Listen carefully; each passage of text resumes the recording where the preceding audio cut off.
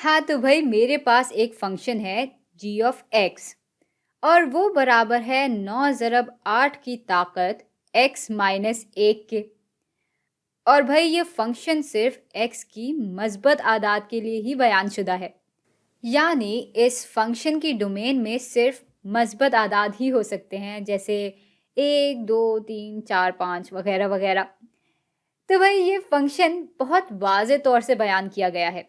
और भाई चूंकि हमें किसी भी हाल में सुकून नहीं है तो हम इसको रिकर्सिवली या मुकर्रर अंदाज में दिखाने की कोशिश करेंगे। और भाई दोनों ही तरह से हमारे पास जवाब एक ही आएगा जब हम कोई भी जायज़ x की कदर डालेंगे अपने फंक्शन में। यानी असल में हम एक ही बात को मुख्तलिफ तरीक़ों से दिखाने वाले हैं और इनको मुख्तलिफ तरीक़ों से हल भी करेंगे, लेकिन दोनों ही तरीक़ों से हमारे पास जवाब दुरुस्त आएगा। अच्छा, तो अब आगे बढ़ने से पहले हम ज़रा समझ लें कि यहाँ इनपुट्स और आउटपुट्स असल में हैं क्या। तो यहाँ पे हम खाने बना लेते हैं और भाई अब हमें देखना है कि जब हम x की कोई कदर डालते हैं इस फंक्शन में तो हमारे पास जवाब या आउटपुट क्या आता है। भाई अब डोमेन में तो सिर्फ मस्बत इकदार ही शामिल है x के लिए, तो हम मिसाल के तौर पे 1 2 3 4 के लिए इस फंक्शन का आउटपुट या जी ऑफ एक्स देख लेते हैं। तो भाई जब x बराबर है 1 के तो जी ऑफ एक्स बराबर हो जाएगा 9 ज़रब 8 की ताकत 1 माइनस 1 के। और 1 माइनस 1 बराबर होते हैं 0 के, और जब किसी कदर की ताकत 0 होती है तो वो बराबर हो जाता है 1 के। तो 9 ज़रब 1 बराबर हो जाएगा 9 के ही, और हमारा जी ऑफ 1 बराबर हो जाएगा 9 के। अच्छा, अब जब x बराबर होगा 2 के तब क्या होगा। भाई अब हम x की जगह 2 डाल देंगे इस फंक्शन में, तो ये हो जाएगा 9 ज़रब 8 की ताकत 2 माइनस 1, और 2 माइनस 1 बराबर हो जाते हैं 1 के। यानी अब हम 9 को सिर्फ एक दफ़ा ज़रब दे रहे हैं 8 से, और यही हमारा जी ऑफ 2 होगा। अब भाई जी ऑफ 3 के लिए फंक्शन में x की जगह हम 3 डालेंगे, तो 9 ज़रब 8 की ताकत 3 माइनस 1 हो जाएगी, और 3 माइनस 1 बराबर हो जाता है 2 के। यानी इस बार हम 9 को 2 दफ़ा 8 से ज़रब देंगे, तो भाई हमारा जी ऑफ 3 बराबर हो जाएगा 9 ज़रब 8 के। और इसी तरह जब हम फंक्शन में 4 डालेंगे तो 8 की ताकत हो जाएगी 4 माइनस 1, जो कि बराबर हो जाएगी 3 के। मतलब इस बार हम 9 को 3 दफ़ा 8 से ज़रब देंगे, और हमारा जी ऑफ 4 बराबर हो जाएगा 9 ज़रब 8 के।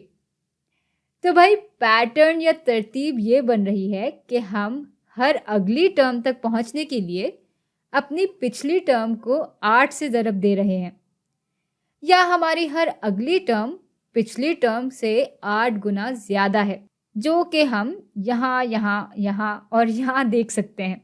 अच्छा, अब ज़रा हम अपने असल मकसद पे वापस आते हैं, और वो था कि हम इस एक्सप्लिसिट फंक्शन को रिकर्सिव डेफिनेशन में तब्दील करना चाहते हैं भाई। और ऐसा करने के लिए हमें सबसे पहले अपनी बेस टर्म या अपनी बुनियादी या पहली टर्म की कदर को बयान करना होगा। तो भाई जी ऑफ एक्स बराबर होगा 9 के अगर हमारा x बराबर है 1 के। तो भाई इसको तो हम पहले लिख लें। और भाई जब टर्म या x की कदर 1 से बड़ी होती है तब g ऑफ x बराबर हो जाता है g ऑफ x से पिछली वाली टर्म की कदर। यानी अगर हम इसी तरतीब को और आगे लेके जाएं और फिर हम किसी x कदर की बात कर रहे हो तो उससे पिछली टर्म हो जाएगी x माइनस 1, और उस टर्म की कदर हो जाएगी g ऑफ x माइनस 1 के बराबर। तो भाई इसलिए हम जब x टर्म की बात करेंगे तो इसकी कदर बराबर हो जाएगी इस पिछली वाली कदर, यानी g ऑफ x माइनस 1 ज़रब 8 के। भाई अब अगर इन सारी बातों से भी आपको इत्मीनान नहीं हुआ तो हम इसको भी परख सकते हैं कि आखिर हमने जो लिखा है वो ठीक भी है या नहीं। चले भाई फिर से खाने बनाते हैं। और भाई यहाँ फिर से हम x यानी हमारी टर्म्स लिखेंगे और यहाँ लिखेंगे उन टर्म्स की कद्र को। लेकिन भाई इस बार हम इस रिकर्सिव डेफिनेशन की मदद से इन खानों को पुर करेंगे। अच्छा, मज़े की बात पता है क्या है कि इसको हम मुकर्रर या रिकर्सिव कहते ही इसलिए हैं क्योंकि ये डेफिनेशन बार बार अपने आप से ही अगली टर्म की इकदार मालूम करवाता जाता है। जैसे x टर्म की कदर मालूम करनी है तो ये कहता है कि भाई इससे पिछली वाली टर्म से 8 को ज़रब दो, और इससे पिछली वाली टर्म नहीं मालूम हो तो कहता है कि मज़ीद पिछली वाली टर्म की कदर से 8 को ज़रब दो। लेकिन छोड़े भाई, अभी बात करके और उलझेंगे ही, तो ऐसा करते हैं कि इस रिकर्सिव डेफिनेशन को इस्तेमाल करके ही देख लेते हैं।